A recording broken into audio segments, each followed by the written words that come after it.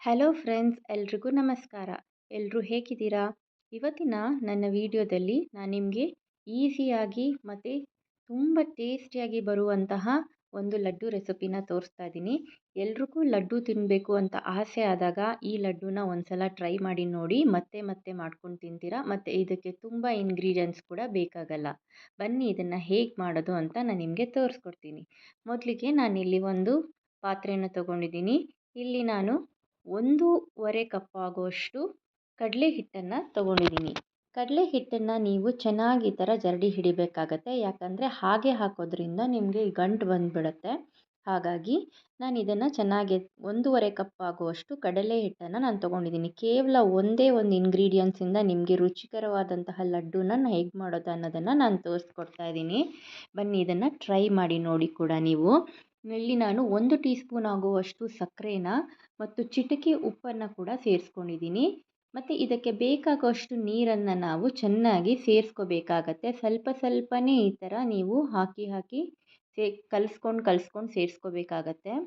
ಇದನ್ನು ನಾವಿವಾಗ ಸ್ವಲ್ಪ ನೀರನ್ನು ಸೇರಿಸ್ಕೊಂಡು ಇದನ್ನು ಚೆನ್ನಾಗಿ ಕಲಿಸ್ಕೊಳ್ಳೋಣ. ಈಗ ಪೂರ್ತಿಯಾಗಿ ಇದು ನಿಮಗೆ ಹೇಗೆ ಇವಾಗ ನಾವು ಬಜ್ಜಿ ಬೋಂಡಕ್ಕೆ ಹೇಗೆ ನಾವು ಮಾಡ್ಕೊಳ್ತೀವಲ್ವ ಅದೇ ರೀತಿಯಾದಂತಹ ಕನ್ಸಿಸ್ಟೆನ್ಸಿ ಬರಬೇಕು. ನೋಡಿ ಈ ರೀತಿಯಾಗಿ ಇರಬೇಕು. ತುಂಬ ನೀರು ಕೂಡ ಆಗಬಾರ್ದು. ಇವಾಗ ನಾನಿಲ್ಲಿ ಎಣ್ಣೆನ ಬಿಸಿಗಿಟ್ಕೊಂಡಿದ್ದೀನಿ. ಸ್ವಲ್ಪ ಬಿಸಿಯಾದ ನಂತರ ನಾವು ಇದಕ್ಕೆ ಈ ರೀತಿಯಾಗಿ ಇದನ್ನು ಹಾಕ್ಕೊಳ್ಬೇಕಾಗತ್ತೆ. ಇದನ್ನು ನಾವು ಈ ಥರ ಚೆನ್ನಾಗಿ ಫ್ರೈ ಮಾಡ್ಕೊಳ್ಬೇಕು. ಇದನ್ನ ಹೇಗೆ ಫ್ರೈ ಮಾಡೋದು ಅನ್ನೋದನ್ನು ಇಲ್ಲಿ ನೋಡ್ಕೊಳ್ಳಿ. ಈ ಥರ ನೀವು ಹಾಕ್ಕೊಳ್ಬೇಕು. ಎಲ್ಲ ಹಿಟ್ಟನ್ನು ನೀವೇನು ಕಲಿಸ್ಕೊಂಡಿದ್ದೀರಾ ಅಷ್ಟು ಹಿಟ್ಟನ್ನು ಕೂಡ ಇಲ್ಲಿ ಹಾಕ್ಕೊಳ್ಬೇಕು. ಒಂದು ಸಲ ಆಗಿಲ್ಲ ಅಂತ ಹೇಳಿದ್ರೆ ನೀವು ಒಂದು 2-3 ಸಲ ನೀವು ಹಾಕ್ಕೊಳ್ಬೋದು. ಬಟ್ ನಾನಿಲ್ಲಿ ಒಂದು ಸಲ ನಿಮಗೆ ಹಾಕಿ ತೋರಿಸ್ತಾ ಇದ್ದೀನಲ್ವ, ಇದನ್ನು ನೋಡ್ಕೊಳ್ಳಿ. ನೋಡಿ ಈ ಥರ ನೀವು ನೋಡಿ ಇವಾಗ ಚೆನ್ನಾಗಿದು ಬೆಂದಿದೆ. ಈಗ ಮತ್ತೆ ಇದನ್ನು ತಿರುಗಿ ಹಾಕ್ಕೊಳ್ಳೋಣ. ಇದು ಸ್ವಲ್ಪ ಇವಾಗ ಲೈಟ್ ಬ್ರೌನ್ ಆಗಿದೆ. ಇದು ಇನ್ನೂ ಸ್ವಲ್ಪ ಡಾರ್ಕ್ ಬ್ರೌನ್ ಆಗೋವರೆಗೂ ನೀವು ಇದನ್ನು ಬೇಯಿಸ್ಕೋಬೇಕಾಗತ್ತೆ. ನೋಡಿ ಈ ಥರ ನೀವು ಸ್ವಲ್ಪ ಎಣ್ಣೆ ಹಾಕ್ಕೊಂಡು ಈ ಥರ ಫ್ರೈ ಮಾಡ್ಕೊಳ್ಬೋದು. ಈ ಲಡ್ಡು ತುಂಬ ರುಚಿಯಾಗಿ ಬರುತ್ತೆ ಮತ್ತು ತುಂಬ ಈಸಿಯಾಗಿ ಕೂಡ ನೀವು ಮಾಡ್ಕೊಳ್ಬೋದು. ಯಾವುದೇ ರೀತಿಯಾದ ಹಬ್ಬಕ್ಕೂ ಕೂಡ ನೀವು ಮಾಡಿಟ್ಕೋಬೋದು. ನೋಡಿ ಇಲ್ಲಿ ಈ ಥರ ಕಲರ್ ಬಂದಿದೆ.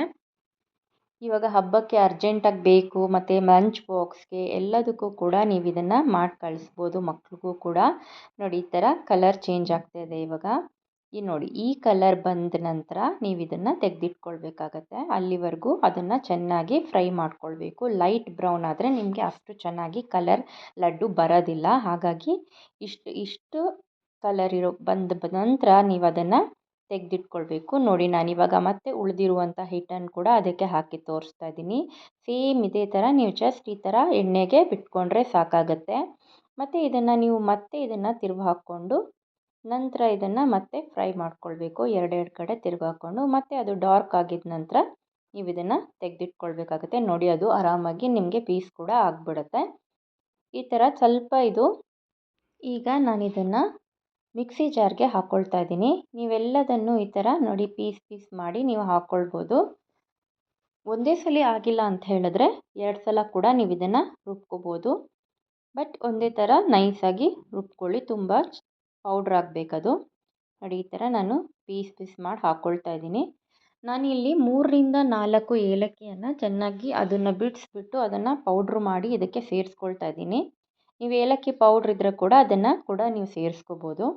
ನಾನಿವಾಗ ಸೈಡಲ್ಲಿ ಇವಾಗ ಸಕ್ಕರೆ ಪಾಕಕ್ಕೆ ಇಟ್ಕೊಳ್ತಾ ಇದ್ದೀನಿ. ನೋಡಿ ಇವಾಗ ಸಕ್ಕರೆ ಬಂದುಬಿಟ್ಟು ನಾನು ಯಾವ ಕಪ್ಪಲ್ಲಿ ನಿಮಗೆ ಕಡಲೆ ಹಿಟ್ಟನ್ನು ತೋರಿಸಿದೆ ಅದೇ ಕಪ್ಪಲ್ಲಿ ನೀವು 1 ಕಪ್ ಆಗುವಷ್ಟು ಸಕ್ಕರೆ ತೊಗೊಳ್ಳಿ. 1.5 ಕಪ್ ಆಗುವಷ್ಟು ಕಡಲೆ ಹಿಟ್ಟಿಗೆ 1 ಕಪ್ ಆಗುವಷ್ಟು ಸಕ್ಕರೆ ತೊಗೊಂಡು ಅರ್ಧ ಕಪ್ ಆಗುವಷ್ಟು ನೀರನ್ನು ನೀವು ಇದಕ್ಕೆ ಆ್ಯಡ್ ಮಾಡಿಕೊಳ್ಬೇಕು.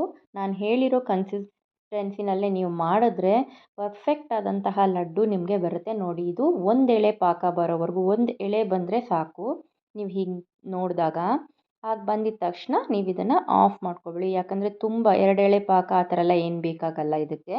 ಜಸ್ಟ್ 1 ಎಳೆ ಪಾಕ ಬಂದರೆ ಸಾಕು. ನಾನು ಹೇಳಿದ್ನಲ್ವ 1.5 ಕಪ್ಪು ಕಡಲೆ ಹಿಟ್ಟಿಗೆ 1 ಕಪ್ ಆಗುವಷ್ಟು ಸಕ್ಕರೆ ಮತ್ತು ಅದಕ್ಕೆ ಸಕ್ಕರೆ ಪಾಕಕ್ಕೆ ಅರ್ಧ ಕಪ್ ಆಗುವಷ್ಟು ನೀರನ್ನು ನಾನಿಲ್ಲಿ ಸೇರಿಸ್ಕೊಂಡಿದ್ದೀನಿ.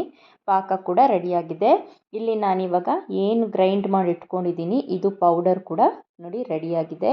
ಇದನ್ನು ಈಗ ಒಂದು ಬೌಲ್ಗೆ ನಾನು ಟ್ರಾನ್ಸ್ಫರ್ ಮಾಡ್ಕೊಂಡಿದ್ದೀನಿ.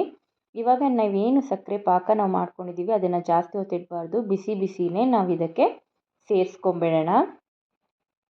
ನೋಡಿ ಈ ರೀತಿಯಾಗಿ ನೀವು ಕಲಿಸ್ಕೊತಾ ಇರಬೇಕು. ಇದನ್ನು ಚೆನ್ನಾಗಿ ನೀವು ಎಲ್ಲ ಕಡೆ ಸೇರೋ ಥರ ಕಲಿಸ್ಕೊಬೇಕು.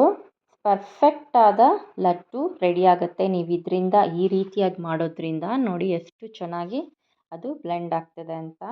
ನಂತರ ನಾನಿಲ್ಲಿ ಸ್ವಲ್ಪ ಕ್ಯಾಶ್ಯೂನ ಹಾಕ್ಕೊಂಡಿದ್ದೀನಿ. ನೀವು ಏನು ಬೇಕಾದರೂ ಸೇರಿಸ್ಕೋಬೋದು. ದ್ರಾಕ್ಷಿ ಬೇಕನ್ಸಿದ್ರೆ ದ್ರಾಕ್ಷಿ ಸೇರಿಸ್ಕೋಬೋದು, ಬಾದಾಮಿ ಬೇಕಂದರೆ ಬಾದಾಮಿ ಕೂಡ ಸೇರಿಸ್ಕೋಬೋದು. ನಾನಿಲ್ಲಿ ಕ್ಯಾಶ್ಯೂ ನಟ್ಸನ್ನ ಸೇರಿಸ್ಕೊಂಡಿದ್ದೀನಿ. ಸ್ವಲ್ಪ ಚಿಕ್ಕದಾಗಿ ಪೌಡ್ರ್ ಮಾಡಿಕೊಂಡು, ಪೌಡ್ರ್ ಅಂದರೆ ಕುಟ್ಕೊಂಡು. ಇವಾಗ ಇದನ್ನು ನಾವು ಚೆನ್ನಾಗಿ ಮಿಕ್ಸ್ ಮಾಡ್ತಾಯಿದ್ದೀನಿ. ನೋಡಿ ಯಾವ ಥರ ಬಂದಿದೆ ಅಂತ. ಇಷ್ಟು ಬಂದರೆ ಸಾಕು, ನೀವು ಇದನ್ನು ಲಡ್ಡು ಕಟ್ಕೋಬೋದು. ಇವಾಗ ನೋಡಿ ಈ ರೀತಿಯಾಗಿ ಸ್ವಲ್ಪ ಬಿಸಿ ಬಿಸಿ ಇದ್ದಾಗಲೇ ನೀವು ಇದನ್ನು ಲಡ್ಡುನ ಈ ಥರ ಮಾಡ್ಕೋಬೋದು. ನಾನು ಇದನ್ನು ಎಲ್ಲದನ್ನು ಮಾಡಿ ತೋರಿಸ್ತಾ ಇದ್ದೀನಿ. ನೋಡಿ ಈ ಥರ ತುಂಬ ಚೆನ್ನಾಗಿ ಬರುತ್ತೆ. ಮತ್ತು ಹೋಟ್ಲಲ್ಲಿ ಬೇಕ್ರಿಯಲ್ಲಿ ಆ್ಯಪಲ್ ಕೇಕ್ ಹೇಗಿರುತ್ತಲ್ವ ಅದೇ ರೀತಿಯಾಗಿ ಬರುತ್ತೆ. ಇಲ್ಲಿ ನೀವು ಸ್ವಲ್ಪ ಡೆಸಿಕೇಟೆಡ್ ಕೋಕೋನಟ್ ಪೌಡ್ರ್ ಇದ್ದರೆ ಕೂಡ ನೀವು ಮಾಡ್ಕೋಬೋದು. ನಾನಿಲ್ಲಿ ಒಂದು ಕೋಕೋನಟ್ಟನ್ನು ಮಿಕ್ಸಿನಲ್ಲಿ ರುಬ್ಬಿಕೊಂಡು ಇದನ್ನು ಇಟ್ಕೊಂಡಿದ್ದೀನಿ. ನೋಡಿ ಪೌಡ್ರ್ ಆಗಿದೆ. ಇವಾಗ ನೀವೆಲ್ಲ ಲಡ್ಡು ಇದನ್ನು ಕಲಿಸ್ಬಿಟ್ಟು ಈ ಥರ ಇಟ್ಕೊಂಡ್ಬಿಟ್ರೆ ನಿಮಗೆ ಬೇಕ್ರಿನಲ್ಲಿ ಹೇಗೆ ಸಿಗುತ್ತೆ ಅಲ್ವಾ ಡ್ರೈ ಜಾಮೂನ್ಗೆಲ್ಲ ಮತ್ತು ಆ್ಯಪಲ್ ಕೇಕ್ಗೆ ಅದೇ ರೀತಿಯಾದಂತಹ ನಿಮಗೆ ಟೇಸ್ಟಿ ಆದಂತಹ ಲಡ್ಡು. ಈ ರೆಸಿಪಿ ನಿಮಗೆ ಇಷ್ಟ ಆಗಿದ್ದರೆ ಲೈಕ್ ಮಾಡಿ, ಶೇರ್ ಮಾಡಿ, ಸಬ್ಸ್ಕ್ರೈಬ್ ಮಾಡ್ಕೊಳ್ಳಿ, ಸಪೋರ್ಟ್ ಮಾಡಿ.